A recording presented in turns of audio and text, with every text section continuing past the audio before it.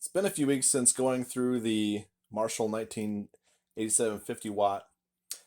We talked a little bit about microphonics, and I did a little few things to try to address that. One of those is I reflowed all of the solder on the pins of V1.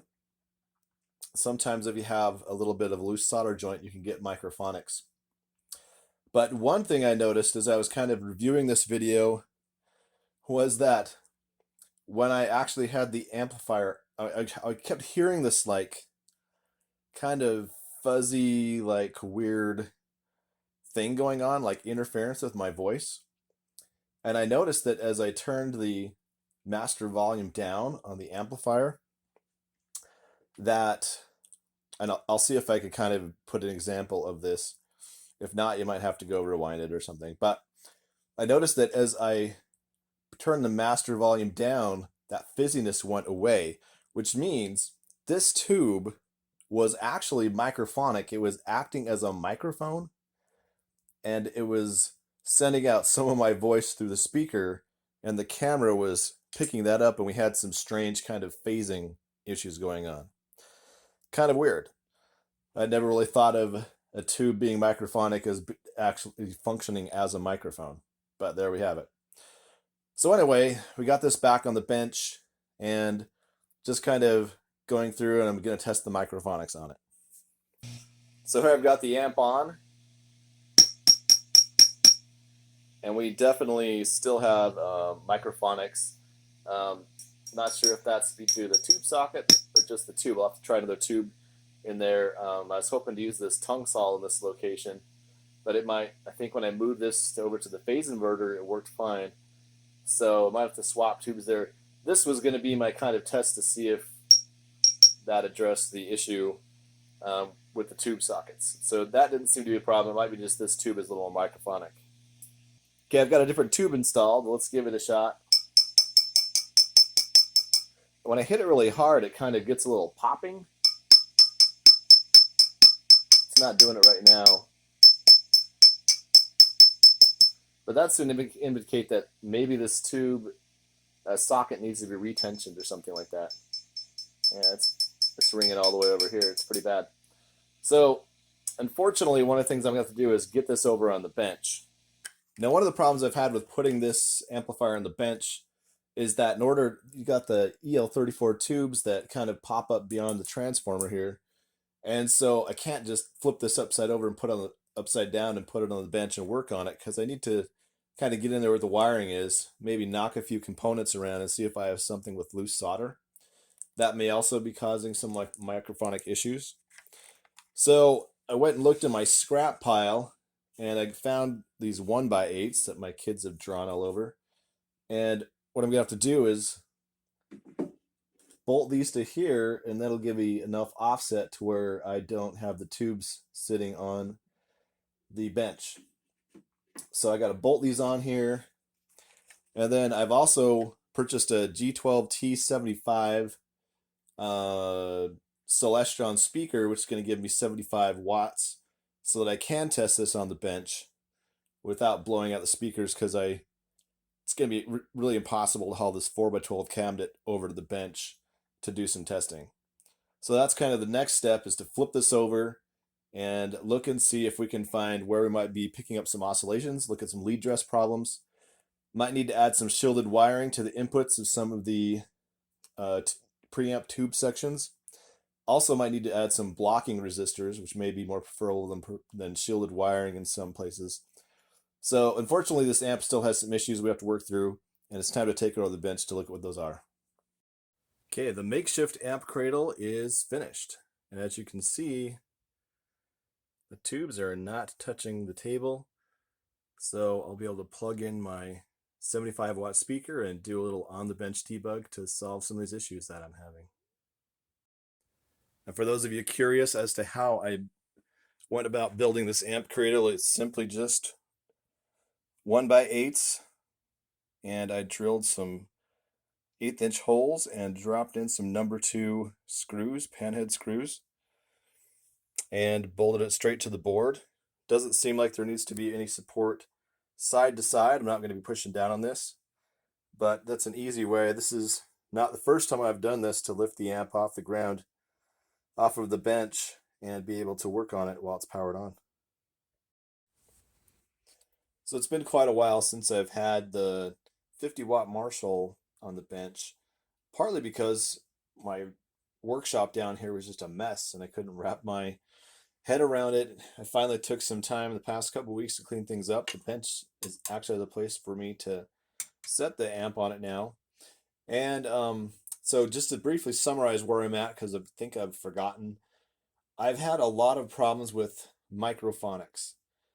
I had another amp that had similar problems I was working on, and I kept trying to swap tubes one at a time and find which tube was not microphonic so I could eliminate it.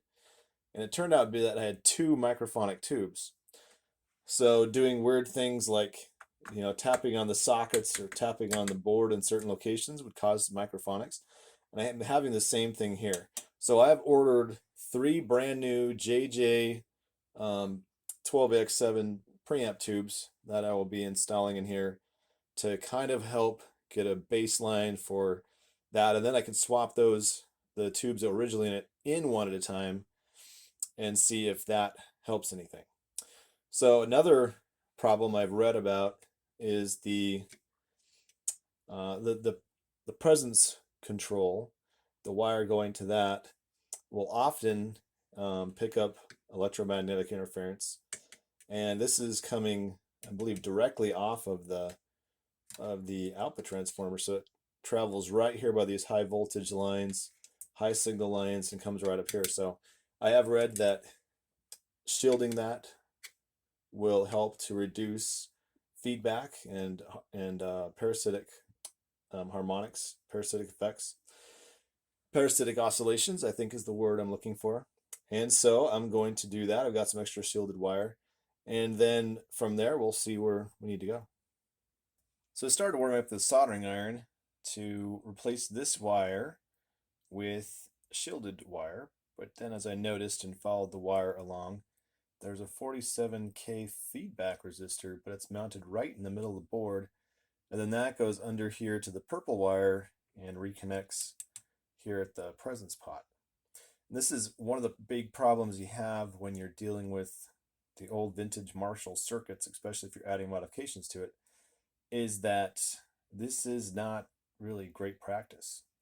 So I dug in my spare parts, and I have a 47K carbon composition, but this one's in pretty nice condition. I don't really want to mess with that. So here I have one that obviously has been used before. So what I'm going to do is run the shielded wire directly from here, bypass this, and attach the 47K resistor to the leg right here and run shielded wire from there all the way back to there. And that will give me much better shielding than the stock design. Okay, I've got the Marshall back here for testing. I've just shielded the wiring going to the presence control. So I got shielded wire going through here, and then there is one unshielded wire that goes over and connects to this part of the circuit where it gets injected, the feedback gets injected into the phase inverter. That was kind of a funny circuit. You can't just ground that, you got to keep it lifted. And so it took me a few minutes to figure out why my amp was completely silent, but it sounded really good, but it just didn't make any sound. So here's what I've done. I've found a tube that's less microphonic, and not necessarily, I think that the problem really is somewhere else.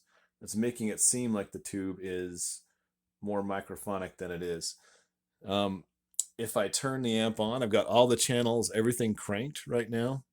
If I take it off standby, you can definitely hear that there is a lot of noise coming through. And there's that oscillation coming in a little bit. It's not as bad as it was, but shielding the presence control did not fix that issue. Now, I'm going to show you one other thing that I used as a debug tool.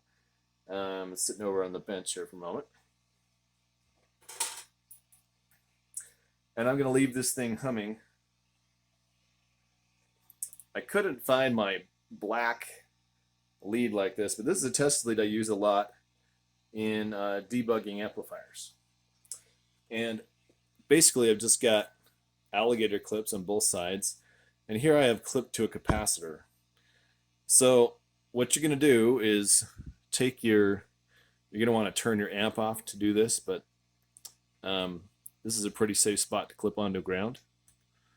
So there I'm clipped onto the ground, and then if you just use this lead, there's a possibility you could short something to ground and blow it up. But this cap is a 630 volt 47 nanofarad capacitor, and if I want to reference something to ground, I can just touch this to it. So if I take the input of a tube or something like that, I can and I mute the signal, I can go back and see where this signal is being injected in the amplifier. So if we go here, notice there's no change. This is actually grounded here. A little bit of a change there. Here's where this gets mixed together. No change there. No change there. But if I go directly on the tube itself, right at the input,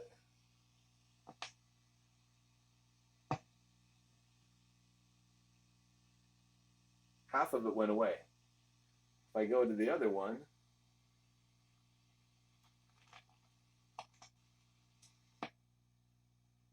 that's almost completely silent, except for the other one, the other channel. So the problem with this amplifier seems to be the grounding scheme that Marshall came up with. Here we have our input. Our inputs go to these resistors here, get mixed together, the high-low inputs. Depending on which way it is, the signal comes out here, goes under the board, and comes back over here. None of this is shielded, but I've got a signal going down, back up, back down, and then out, and it's crossing over to some of the high voltage lines. This is about the worst grounding practice that you could use. So what I'm going to do now is I'm going to leave these resistors here on the board, but I'm going to do a Vox style input jack where the resistors are up here and the mixer resistors are here mounted to the jacks, and then I'll have a point where I can take a shielded wire and run it back to the inputs. If I shield these inputs, I may not get these false microphonics, and I also, it won't be picking up all those signals, and that could be the key to making this amplifier sound good. We'll see. Just to mention, unfortunately, I do not have 4 of these extra resistors, so I'm going to have to get some on order. So it might be a week or 2 before I get these rearranged to a Vox style input. And yeah, I don't know how they ever got away with this. Maybe it's the environment I have here where there's Wi-Fi running everywhere. That might be affecting these things, but yeah, I mean, if you ground these out, it's just everything goes away. And here's the output of the treble pot, which goes directly in the phase inverter. And if I touch that, that's just grounding the input to the power, basically. But I mean, all of that goes away. Here's the high treble, just a little bit of hiss there, and then the normal or bass channel. So between that and that, if I can get this shielded, it may turn up sounding like that. So I don't know. We'll see. I'll give it a try. These are actually some of the modifications I wanted to make. on my amplifier that I'm going to be building next, which is supposed to be this amplifier but better. And so hopefully that will solve the problem, and then I'll implement that on um, my really nice component Marshall amplifier. So wish me luck. Okay, after a few camping trips and other things with the kids, the family, finally getting back to the Marshall. I've been a little antsy about finishing this because I want to play it. And so last time we left off, I had shielded the wire going from to the presence knob, and that did help to reduce the noise, but didn't quite fix everything. So my proposal was, hope you can excuse, I'm not using the tripod because I want to get in here really close. The proposal was that the input wiring was causing the parasitic oscillation. That had some coupling between the outputs of the two preamp channels and the inputs of the preamp channels, which was causing basically a feedback loop at certain frequencies and was affecting the sound of the amp. So what I had elected to do, as you can see here, I've disconnected these wires that come to these mixer resistors and then go down back under the board and to the tubes. And I've changed this to a Vox style input jack. And what Vox does, this is like the Marshall version of what Vox is doing here. So what Vox does is they place the mixer resistors right here on the jack. And what this gives me is I have a positive point and I have a negative point where I can hook a shield. And then I can shield my cable and run it directly onto the input pin. And so that is what I've done. So the question is, did this help? And the answer is absolutely. I spent about an hour and a half playing this amp today. Way too loud. My ears are still ringing a little bit. And this absolutely solved the issue. I went through and actually took all the components, all of the solder off of these jacks and completely redid them. And in the process of doing that, I'm not sure how I actually got all these ground points on here, but I made a little ground bus going from this jack over to this potentiometer over here so that I could connect all these wires that used to be connected right there. I'm not ever sure how I ever did that. So that's another change you made. You got the ground bus here, shielded wire, and the Vox style input jacks. And so the combination of all that, the amp is almost silent, even on the 50 watt setting with the master volume all the way up. I noticed that there is a little bit of noise, but when you turn the presence down just a little bit, that noise goes away. So there may still be a little tiny bit of feedback coming in through the presence circuit, but not noticeable compared to what it once was. So what's next is I will show you how quiet the amp is. I may record it and see how it sounds. That depends. I've recorded stuff before, and then all of a sudden YouTube says, "Hey, you stole this song that you're playing." It's actually a recording of I built a Vox amp, and they accused me of playing a live recording of Beatles, and I thought, well, that's kind of a compliment, but at the same time, that's kind of dumb. So the amp is sounding good. Just another quick issue with this amplifier. Not really a big issue, but when I added the master volume in the back, I created it the same spacing as the speaker jacks, but I also created the same size as the speaker jacks. So this guy kind of wobbles around in here, and I'm trying to figure out what to do about this. I could just tighten it down, but it tends to wander, and it's kind of hard to tighten it once you get to this thickness. So I think what I'm going to do is take some of this bus wire that I used here, and I'm going to curl that around inside there to kind of fill the gap. And that should help things a little bit. So I'll do that and we'll see what it turns out like. I made a couple of little loops out of bus wire. One didn't seem like it would fill enough of the gap, so I made two. And this actually didn't work. There's still enough too much give. So I looked around the bench and I happened to have an extra piece of wire, and it looked like that might fill the gap good. So I wrapped the wire mostly around there and cut it to length. And here it is installed. And as you can see, there's barely any wiggle room at all. So this is going to work really good. I'm going to go ahead and put the washer and the nut back on it, install the knob, and then this master volume will be here for good. Okay, there it is. It is in there. It is sturdy. I'm very happy with that.